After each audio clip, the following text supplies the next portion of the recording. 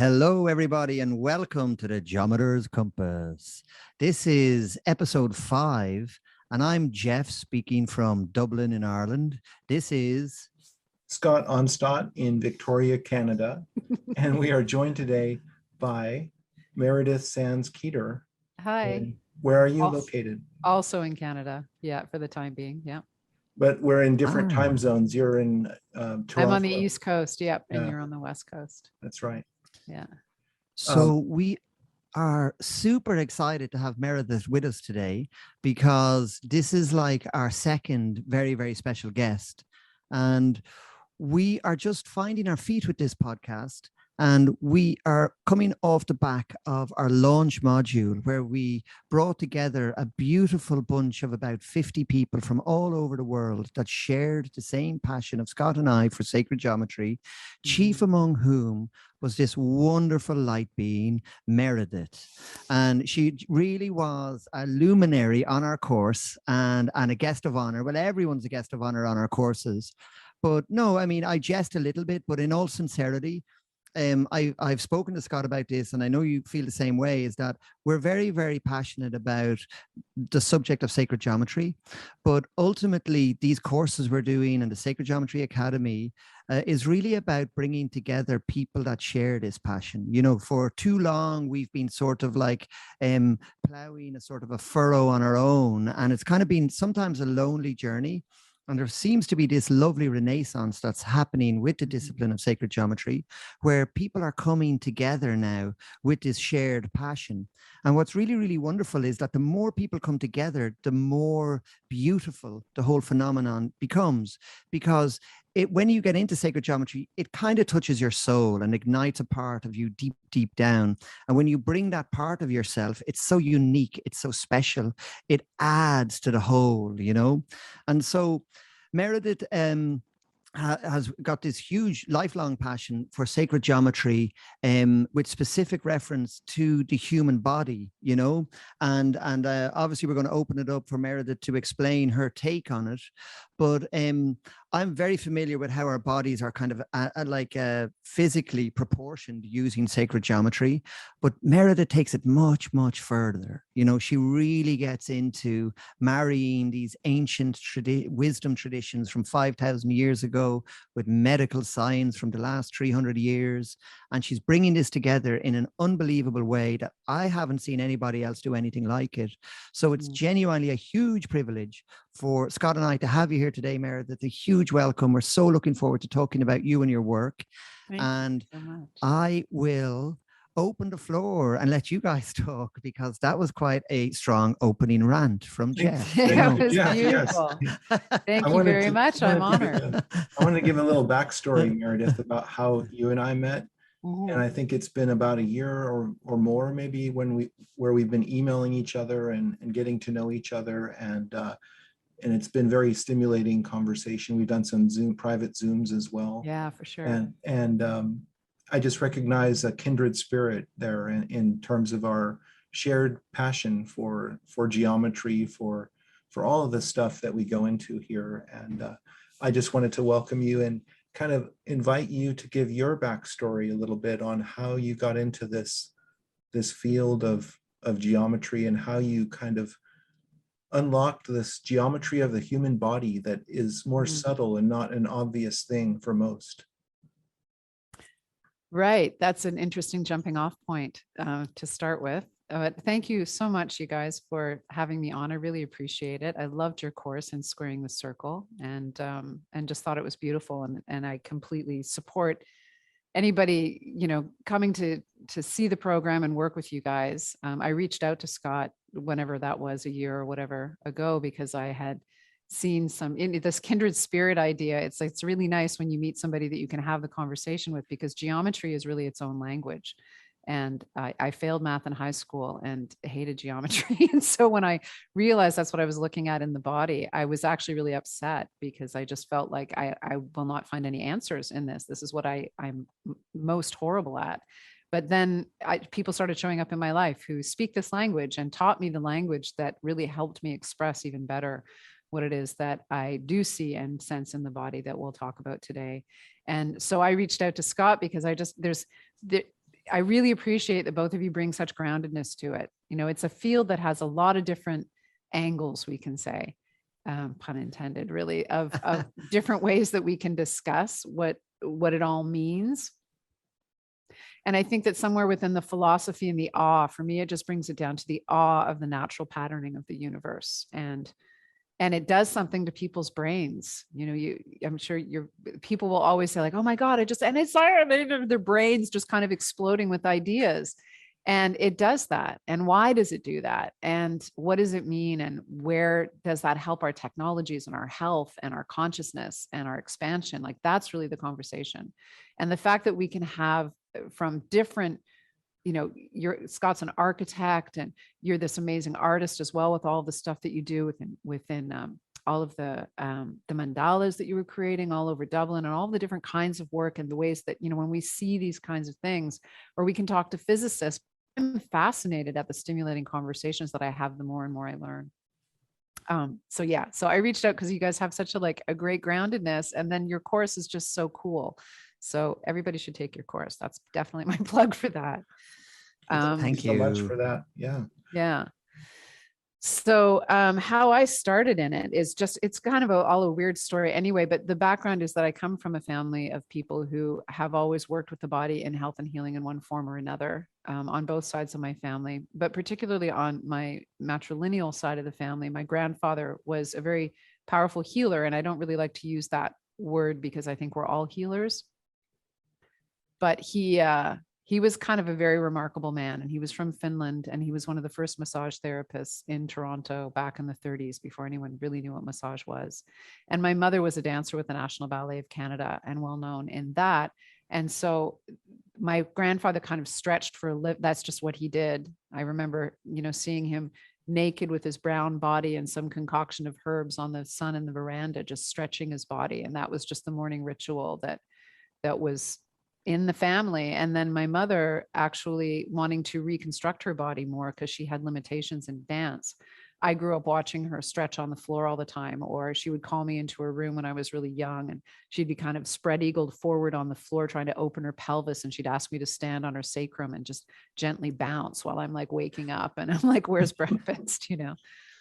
So I kind of grew up with this environment of stretch. And then when I was 18, way back in the day, she needed some help. And so I started teaching 5 times a week. And so I have this lineage of work that we call somatic stretch, that that my mother and I created a whole online training program about around 10 years ago. And so I run that, and I basically we're helping people understand the aches and pains in their body, and a different way of stretching really through relaxing, and why. And so I always say that the body taught me what fractals are, because that's a different story that I'll tell you in a second.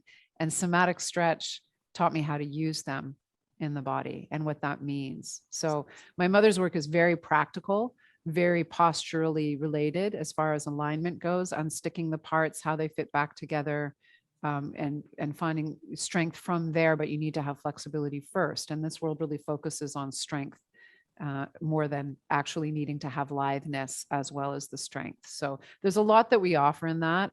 If people are interested, there's somaticstretch.com if you want to know more about the lineage. And then there's my website, which is Geometry of Healing, where I was just saying to Geoff earlier, I teach classes online twice a week. And if you go to online stretch class, you can scroll down, and I always leave the recordings up that people can watch anytime. So if you're interested to know how to just help your own aches and pains and work in a very gentle, different kind of way, that's always available to people. And Meredith, you were saying to me that this might be something that would be a good experience for me with my physical limitations. You know, I'm missing both of my legs below the knee and my hand. Yeah. And so I've been frustrated by like yoga and other practices where it's all about symmetry, and you know, I don't have ankles, so there's a lot of things I can't do. And so it's always been kind of a closed door for me, you know? Mm-hmm. And yeah. so, And it's really for something that's for anyone with the body, because the whole thing is really about the torso. It's the torso and the main thing that I've learned from the body in either way, if we're talking somatic stretch or the geometry work that I ended up fumbling myself into without realizing it, is that we're fabric. And if I had to whittle the whole thing down into a simple sentence, it would be that we are fabric and we're still thinking in parts. And so, without getting into all the discussion about what we talk about in the somatic fields and fascia and what have you, because there's a lot to discuss in that. If we break it all down, basically tension starts from the interior. And the Chinese have always said that for thousands of years. They've said that all the 10,000 diseases arise from the hara, and the hara are your organ systems. And that's something that we learn in acupuncture school and we regurgitate on exams, but we don't really understand. That's one thing that the body has just shown me so clearly what that means. So we have a thought and we hold our breath with the thought, and our whole body is a physiological expression of a psychological state of mind. And we don't notice these fine areas where the thought translates through breath to a physiological response on a fine level. And inside the body are where the fabric starts to pull. And then it pulls, like if I pull my shirt, there are different areas that are going to start to pull in different areas on my shoulder, on the top of my shoulder, in my neck, different areas. That's how the body's actually working.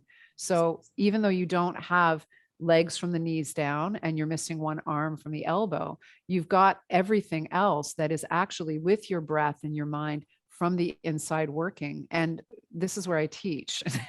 You just need a floor space. And especially with the online classes, I don't do a lot of standing work. I do a lot of just sitting, gentle, repetitive work. And the basis of it is to find where you can comfortably move. Like a lot of people, and Geoff, you were talking about having pelvic, like tight hamstrings and different things.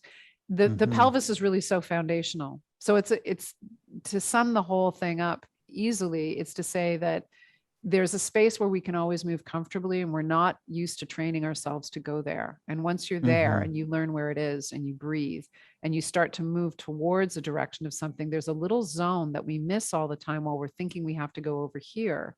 That is where the stretch reflex really starts to come to consciousness that it's actually contracting back, because for every action, there's an equal and opposite reaction. So we're learning to find this zone and just breathe there and relax everything else. And that kicks a different reflex in, and that creates a lot of elongation and flexibility so quickly and gently through the body, and gets blood and nutrients flowing in different areas. So you're not stretching like to the maximum ever. You're finding this kind of middle area or something. Yeah, I call it the neural zone. It's the space where the mind and the breath and the body meet, and you can tell in the sensory system that we have where it is, but we're not trained to find it there, because we are always thinking about, well, I'm supposed to go over here. I'm supposed to get my nose to my knee. I'm supposed to touch my toes. And people are like, and there's so much going on before that. So it's training people to recognize that, relax, breathe, and open. And then when you get more flexibility through everything, then all the parts, then aches and pains disappear, and you don't need ankles to do it. Yeah. And I like what you said about like the idea kind of comes through and it manifests in the body, like it's actually, there's an idea that you have that percolates through the body system that manifests the stress or allows you to relax. Is that a fair characterization? I don't think I understood exactly what you said. Well, now maybe I've lost my train of thought, but earlier I think you were talking about an idea, like there's a connection between idea and body. Oh yeah, just that. I mean, if my line is like, if somebody says you're ugly and your mother dresses you funny, you get this response in your body, and you hold your breath, and we don't realize that we do that. So the breath is the sentry between the way we're perceiving the external environment, which, and all of our senses are like a lightning storm all happening together. We don't have 5 different senses. We have one melange of electrical lightning activity moving through the body. And so as we perceive the exterior and how we choose to respond to it, or how our triggers respond to it, or whatever happens, the breath does this subtle alchemy of moving it into the body. This is why when somebody walks into the room and they're angry, they're angry without even seeing their face or hearing their voice. You can feel it in the air. Yeah. And that's going into the field. You can absolutely feel it. And visually, you can see how they're holding themselves, their jaw, their way that they're walking. We are expressing our thoughts all the time. And the breath is what is between the thought and the physical manifestation. And where that physically parallels is where we can move easily and where we start to meet resistance. And there the breath unlocks, and a whole different reflex of the body, rather than the stretch, push, pull, starts to kick in, where it tells the tendons that there's too much hold on an area, but that the person's going to take care of themselves. And so it tells the muscle to elongate, called the Golgi tendon reflex. And so in that way, how we're thinking is creating subtleties of breath tension that are translating to the interior.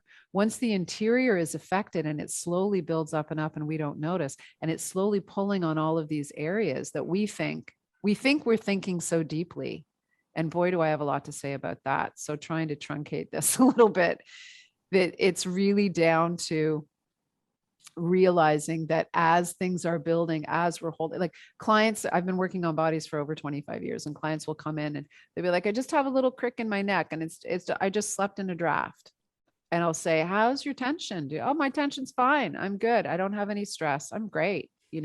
But all of this is holding, and it's actually building up in the chest, in the breath, in the pelvis, and the fractal nature of the body. How, I don't want to get too far ahead of ourselves and throw too much information for the public, but the mirroring of what happens in a fractal level is also what happens in the chest happens in the pelvis.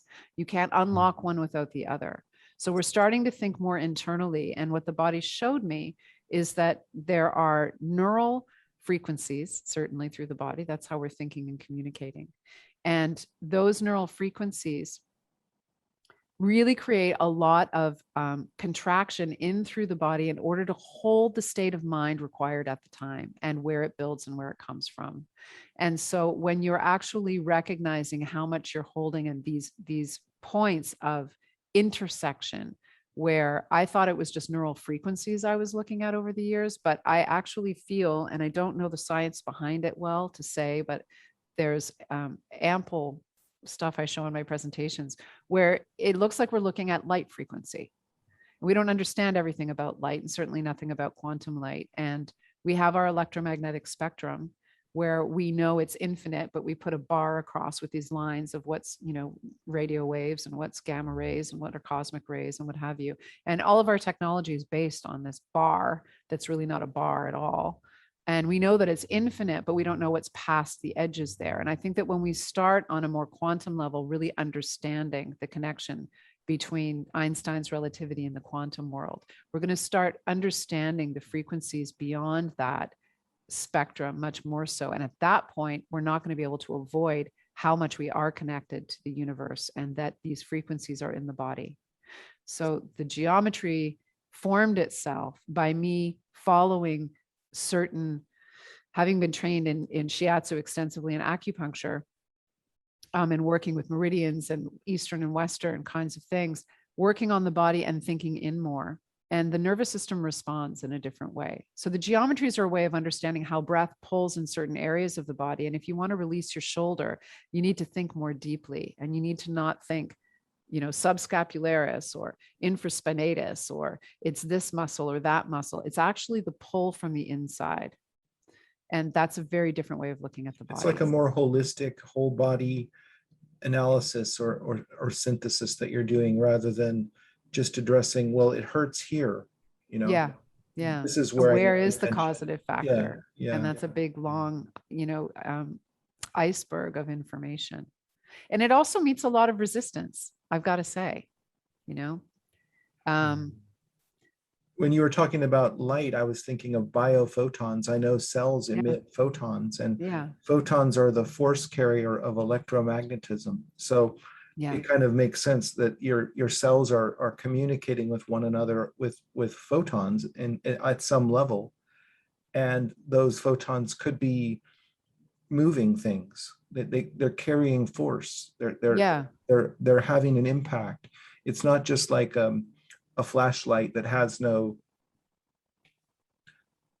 import, really, but it could be doing something, but it's kind of beyond our scientific boundary at this moment. I think it is. And as we really start to understand more about that, and there's a lot of theory underneath my work. I mean, it's 25 years of not only working on bodies, but reading everything I could find in order to be able to understand what I was witnessing and seeing in the body. Because it started with an experience that was really very traumatizing for me. And so I went from there trying to really figure out, it was a healing journey for me to understand what was going on with my sensory system and what was happening. And Can you speak to that, like the nature of that trauma a little bit? yeah, I hate talking about it because it's so, I don't know. I spent so many years scared to talk about it because it was so out of the box for people. And as I was saying to you not so long ago, I also feel an obligation to sharing the story because the bottom line is that weird shit happens in the world and we don't understand everything. And what reality is very morphable, I think, in a lot of ways. And how we're dealing with mental illness, I think, really needs a great deal of work. And things are happening in our bodies biologically that aren't well understood. So my story is that I think that because I come from the genetic pool that I do, I think there's a lot of reasons for experiences like this, but I think my reason probably is because my grandfather, I don't know, he carried some certain kind of frequency. He gave me a treatment once when I was 8 and he died the next year. He was, doing massage. And I remember my whole body buzzing for a day afterwards. I mean, it was, and I didn't really understand or ask anything. We didn't really talk very much. He was Finnish. The Finns don't really like to talk a lot anyway. I definitely don't have that gene. It's too cold to talk. I think that's what it is. Yeah. Unless you're in the sauna. So, so I had an experience. I was going to a shiatsu program that was 2 years full time. It wasn't like just a little course. It was really doing a lot of Eastern and Western stuff. And I was between that and acupuncture school, and I was just finishing the end of my 2-year program. And it was the first time really I'd ever had my hands on bodies. I hadn't worked on bodies before. I hadn't used my brain. I hadn't been to school in 9 years. I hadn't used my Western or Eastern or anything. So we'd be doing all Western sciences in the morning and all Eastern sciences in the afternoon, and then working on bodies all night long. And it was a very intensive program, which later they got a counselor to help the students because it really was a lot. And also a really powerful learning. I'm so very grateful for that education. But what happened rather spontaneously really is I ended up having what felt like 5 million volts rip up my spine very spontaneously. I was sitting on a table. I was trying to talk to a friend on the phone and explain my very weird day that had started very strangely. And just trying to make the story short, in the middle of it, the whole table, I was sitting on a wooden table and it felt like somebody had plugged it into a wall and the whole thing was buzzing. And I jumped up because it was such a powerful buzz on the table. And I looked down at the table while I was still on the phone and I realized it wasn't in the table, it was in my tailbone. This is a very typical Kundalini style kind of awakening or effect that happens, which I didn't know anything about at the time. And I got off the phone really quickly and it shot up my spine. And the only way that I know how to describe that is it's one thing to feel alive and it's another thing to feel something alive inside of you. And from that moment on, for an entire month, day and night, I had electrical storms of activity inside my body. I could see light inside my body. I was having auditory and visual hallucinations that were not pleasant. I couldn't sleep. I couldn't eat. I had no idea how I had all of a sudden gone from this to that in a split second. So I had a month of what I would really only classify as terror. I had no belief structure in which to understand an experience like that. I didn't know if I was going mad. I didn't know why. There were no drugs involved. I hadn't done anything except work on some bodies. And then at the end of that month, I had an evening and a day of, I think I was just too exhausted at that point. Actually, I think I had exhausted all of my resources, and the fear really did a lot of damage to my system because I was in a state of constant fear and not knowing what was going on. And I could barely brush my teeth. So it wasn't a good scene. And at the end of that, it all of a sudden kind of like shifted and morphed. And I went into a state of extreme bliss, and it was for an evening and a day. And I remember sitting in the living room and just receiving these incredible downloads. And I was just in awe, and I just sat there. And what I saw in that moment, and the only line that I could pull out for it, is that I could see the greatest possibility of any given potential. I could see the incredible innate power that these temples hold. I could see how I did not create myself, and I was not going to take myself out. There were other forces that were so powerful. And I'm not a religious person. And it was an extremely spiritual moment of I thought, oh, wow, if this is what people call the fear of God, I get it. You know, it was really amazing. And so the greatest possibility of any given potential is that there's an incredible power that emanates. And I had just seen the day before how much influence, as this energy started to build around me, I was having this experience of everything just emanating from the middle of my chest. And it was like a guitar string, like a sound. And everyone around me was responding to that. And it's a longer story to explain why it doesn't sound as crazy or weird as it does. But I recognize that you can have an incredible amount of influence over other people. And if you're in such a heightened state of awareness of that level and power, you need to have the spiritual maturity to deal with it, because who we are today are far too immature to be able to hold that kind of power. And so I kind of feel like the heavens opened and showed me the miraculousness of life.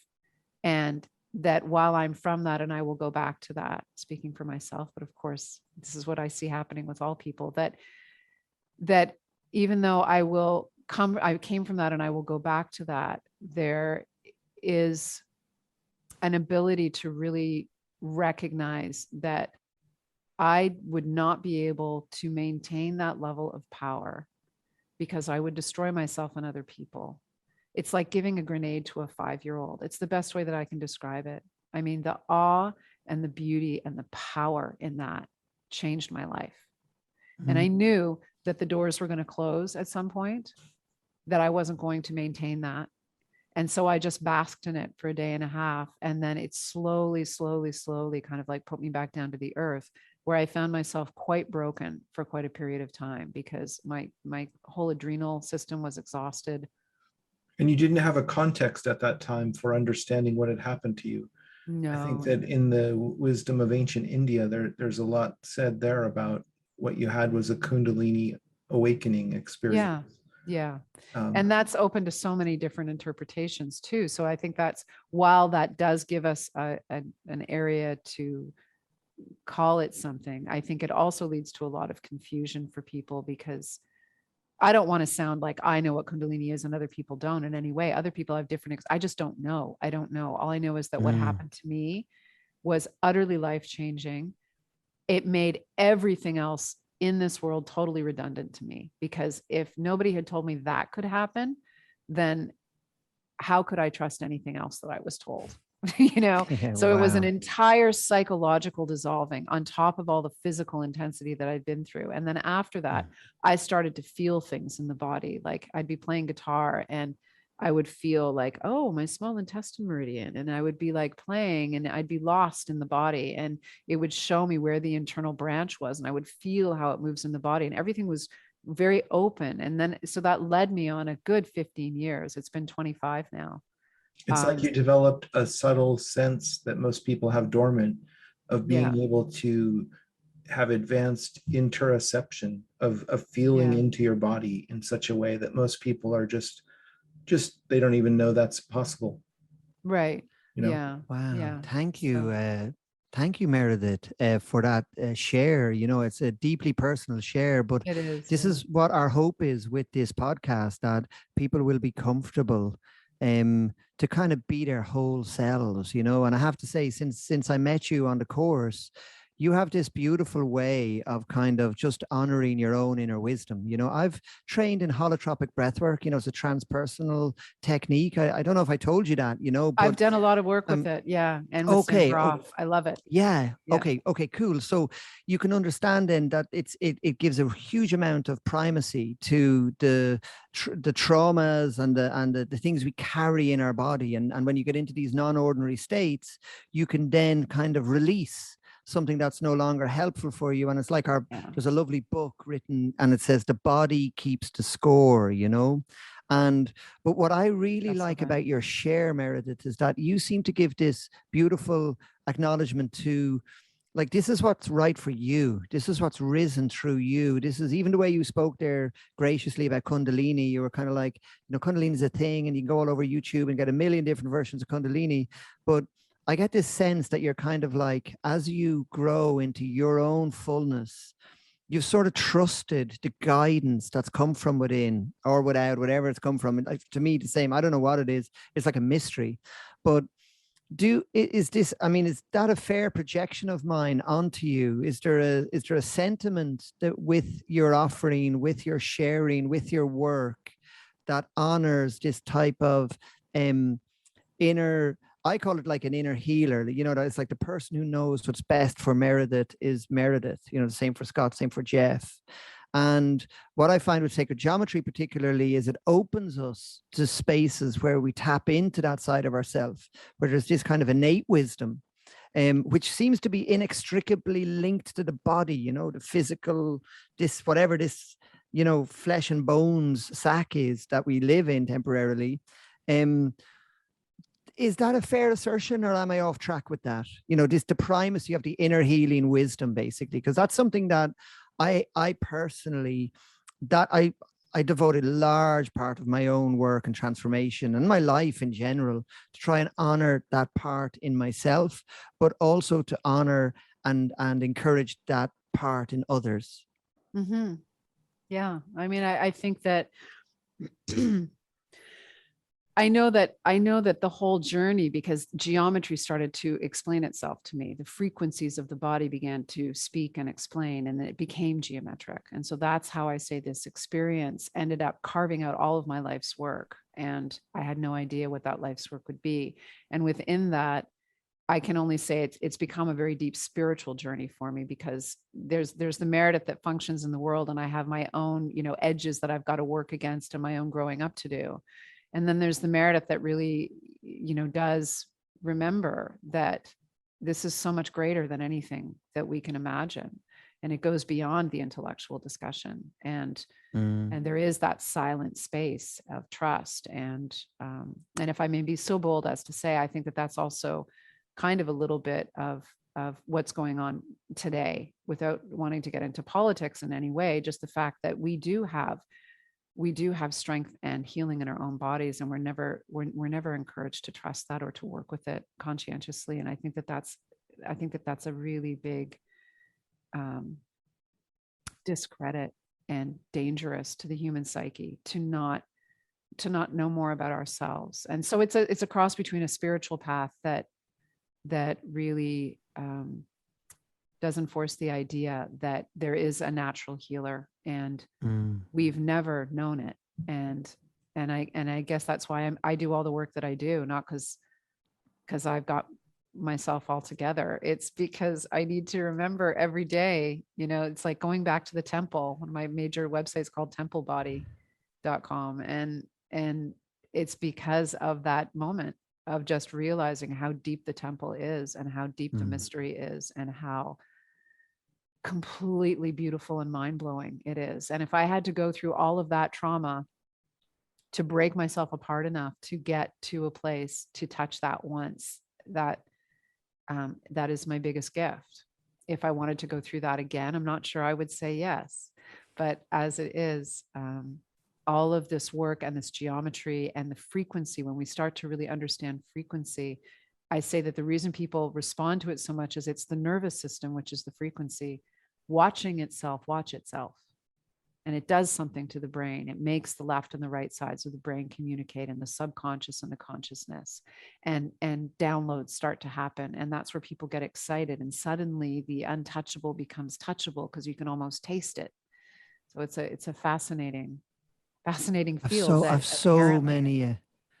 I've got so many questions I want to ask. I could go in a million different directions, and Scott and I are trying to keep our podcast to short form, but I think we need the 4.5. We need the Joe Rogan version for you, Meredith, but I've got two avenues that I'd love to ask, and I'm probably only going to be able to do one, but I'm just really interested in the ancient wisdom traditions that you integrate, like, Tibet. I love Tibetan Buddhism, and they've got like a 5 chakra system, and there's a 7 chakra system. And I heard there's a 9 chakra system. I'm no expert in any of these things. And some systems have 72 nadis running through the body, some of 108. I just dig all that stuff. I'd love to know more about it. But actually, I prefer to maybe invite you down another track, right? Because this is probably what's cooking for me at the moment with my journey with sacred geometry, right? And I'm kind of like, the last few mandalas I've made, the last deep dives into geometry, I've sort of broken through to this place where I kind of like open to spaciousness would be the best way of explaining it, where the boundary of me, of Geoff, certainly the skin encapsulated ego of Geoff kind of dissolves, and I'm less identified with myself, even just psychologically and emotionally, and I've never been very good at being in the body. That's something I need to work on. That's going to be my growing edge from here, But what I'm curious about is, because you've put so much energy into the body and the wisdom of the body and the geometry of the body, that have you found that somehow by entering into this, the physicality of our bodies, that somehow paradoxically it opens you up to spaciousness? So here's where I'm going with this is, the way we're made of all these cells, and we're all made of these molecules, and those molecules are made of atoms. This is Scott's department now. Scott's Pythagoras, who teaches me these things. But if I understand it correctly, like at the very, very core of our molecules, they're made of these things called atoms, elementary particles. And then these particles are basically 99.9999999% space. Okay. And they're all vibrating at this certain frequency. And that's why we can have carbon and we can kind of exist and we can have bones and stuff. That's Geoff's physics lesson for the day. Sorry to all the scientists out there, but I do trip out on, like this feels pretty solid to me. Like, I've got like wood here, and this, I can't put my hand through this, but allegedly it's 99.99% space. And so, because somehow, like, by the point I'm trying to make is, when you enter into fully embodying this machine that we're in temporarily, somehow does that link you to this vastness beyond you, where all boundaries dissolve and you kind of slip into this spaciousness, which is like commensurate with all that is. Does that make any sense? Or am I just like a guy that's done magic mushrooms today? You had a good breakfast of them. No, it's, and that's where the plants take us. It's helpful.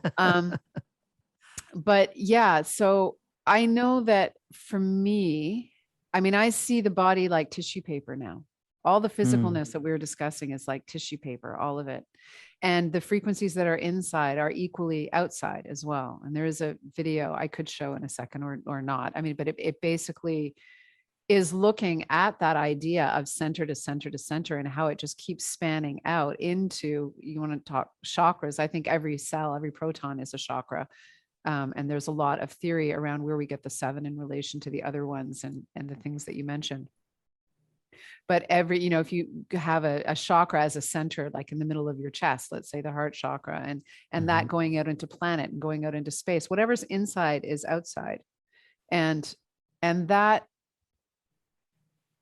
I know that my experience now is that, or even like Scott was just saying, you can feel it when somebody walks into a room and they're angry. What do you feel, Scott, when you say that? Well, can you even give it's words not just to that? anger, but it's pretty much anything. People leave an imprint when they enter a room of their total energetic state, and it can, if they're angry, it can be really obviously and powerful, and you don't want to be around that. But and so that's something you feel, right? Yeah, that's something you feel it. Your sensory system. Could be that they're in a elevated state of consciousness, and you feel that, and you're drawn to them. Absolutely. Yeah, that's what Darshana. It doesn't have to be a repellent. It could be actually an attractor. Yeah. But it affects you through the principle of resonance. Just like when you pluck one violin string, that the adjacent strings also vibrate. Right. At a different, harmonic there. But they're all affecting each other.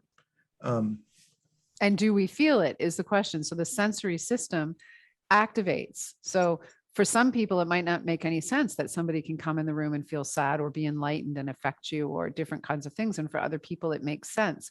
And it's kind of like, I just had an image when you were speaking of like that Doctor Strange movie, and or just the idea of like, there's all these, like, it's not just an emotion, it's filling the whole room. Yeah. And so and that's where I think it's hard for introverts. I think people are introverted. I feel like I'm introverted, and it's because I might be a little more sensitive than the average, in that I pick up on other people's energy like that. Yeah. And so it can be like, I don't really want to go on this whole trip just because they came in the room in the office or something, and they're drawing me into their drama, into their thing. And so it's uncomfortable, you see. So I'd rather not be in the office. I'd rather work alone, so that I don't get shifted around and blown around off of where my center is. Exactly. So it and really, other people are more resilient to that, and so that they don't mind. They don't feel that they're not swayed by it. Do you know what I quite like as well about some of the deeper spaces we can visit, is that when you speak about, that person who comes into the office and they have negative energy, and we kind of go, oh God, I could do without hanging around that energy. We're kind of like adverse to it, or averse to it. We're like, oh no, I don't want that, and then, there's somebody who's really inspirational and elevated and a light being, and we're attracted towards them. This is the story of my life. I'm like, oh no, I don't want that. Oh yes, I do want this. I want Sri Yantras and Metatron's cubes. I don't want the tax man and traffic jams. It's like, yes, no. It's kind of exhausting way to live. So it's the Buddhist trip of like craving and aversion. But what I find is that when you get into these spaces where everything dissolves, and they're just these little ephemeral bubbles of temporary, arisings that we get stuck on, And so what I'm hopeful, I mean, I'm just speaking for myself, what I'm hopeful I can aim for sometime, probably 10,000 lifetimes away for me, is that I can get liberation from that stickiness, the stickiness of like my energy system being pushing away something or pulling something towards me, because any of the big breakthroughs I've had, right, there are any upgrades in my consciousness or whatever you want to call them, which have, I've happened through various modalities, mostly sacred geometry. It comes with this feeling of being free, of pushing away or being pulled towards something, Like just allowing that to happen. Is that what you're saying? Yeah. And you see that like the whole cosmic intelligence is so much bigger than the little me, that's like, hungry ghost wants this, scared boy doesn't want that, just like when you expand out of that, it gives you sort of a new point to perceive it from. And it's kind of freeing, it is liberating, like in a way. And then I come back into my world and I'm totally stuck in the drama of it. So like, I'm sure all the enlightened ninjas, are like, they're able to just live full time like that, but like, I've just got little tiny glimpses into it, and I'm just curious, is that somehow I have a feeling, and I'm not sure about this, but my intuition is suggesting to me that, like the way into this expansiveness is actually through the body, that the body is an important portal or gateway that we need to fully befriend, to totally dissolve. It's kind of paradoxical in a way. Maybe that's just nonsense that I'm plucking out of the ether. No, I mean, here. I think meditators as well have said the same thing. Everything is within. And so I want to actually share a kind of like a practical aspect of feeling, because what you're talking about is feeling the field. We are the field. You've got all this electrical activity inside. It doesn't stop at the skin. And finally, our science is beginning to discuss that. So when I'm doing my meditation, I've never been good at like following the breath at the end of the nose. That just never really worked for me, but because I just don't have a mind disciplined enough. But where my mind goes is I feel the field. And then I'm just bathing in this field and I keep my mind there and it wanders away and I come back because I can feel the field. And Wow. in that field then is a lot of information. And it's allowed me, because of this whole thing that we call geometry that I witness in the body, I'm feeling field. And this sensory awareness that we have the ability to connect with and foster and teach ourselves and be taught more and more, I think is critical really for not only consciousness expanding, but to where we're even going on a technological level and on a medical level, for instance. So like this morning, I was sitting here and I was doing my morning practice, and we hold a lot of tension in the middle of our chest, and we'll hold a lot of breath. And of course, our lungs are being attacked a lot right now, right? So there's all this concern about lungs while we're also being encouraged not to breathe. So it creates a great deal of tension in the middle of the chest. And I was just sitting, going through my body, and I have there's a certain amount of a lot of stress going on in my world right now too. So I try to go in and think, okay, where am I feeling the stress? And even as I think about it, my throat relaxed, and then that starts relaxing my chest. But what I automatically do is I pick my hand up in front of my chest without even realizing it, because it's like I can feel right here where the inside is actually tight. So it's almost like I can massage it from the outside just by acknowledging that there's an intersection point of energies that feels very strong right here. And if I relax my hand here, my belly now just relaxes. I'm now communicating with the inside and outside of my body by recognizing only field and not physical. And so Wow. I think that it's a really powerful, that's where the meditators have always said everything is inside, because it connects us to the outside. But if we keep our mind so focused on the physical and on the stock market and on the practice, like, yes, these things are important, but it literally just takes redirecting your mind into an area and training it to feel something. And the body mirrors that in its physicality, which is why the somatic stretch stuff and the geometry stuff I do complement each other so well. So I just hear you saying that inside to outside is not crazy at all. It is literally where our consciousness is needing to explore more, but because no one taught us it was there, because nobody said this can actually be felt, we don't know that it's there. It seems woo-woo or it's odd or whatever. And I had, I was hit over the head by a metaphorical 2x4 to get myself to feel this more and more. And that allows me in turn to do what Scott's talking about as well, not only feeling my environment, and I'm very sensitive to my environment too. Any empath is, that's really what an empath is feeling that field.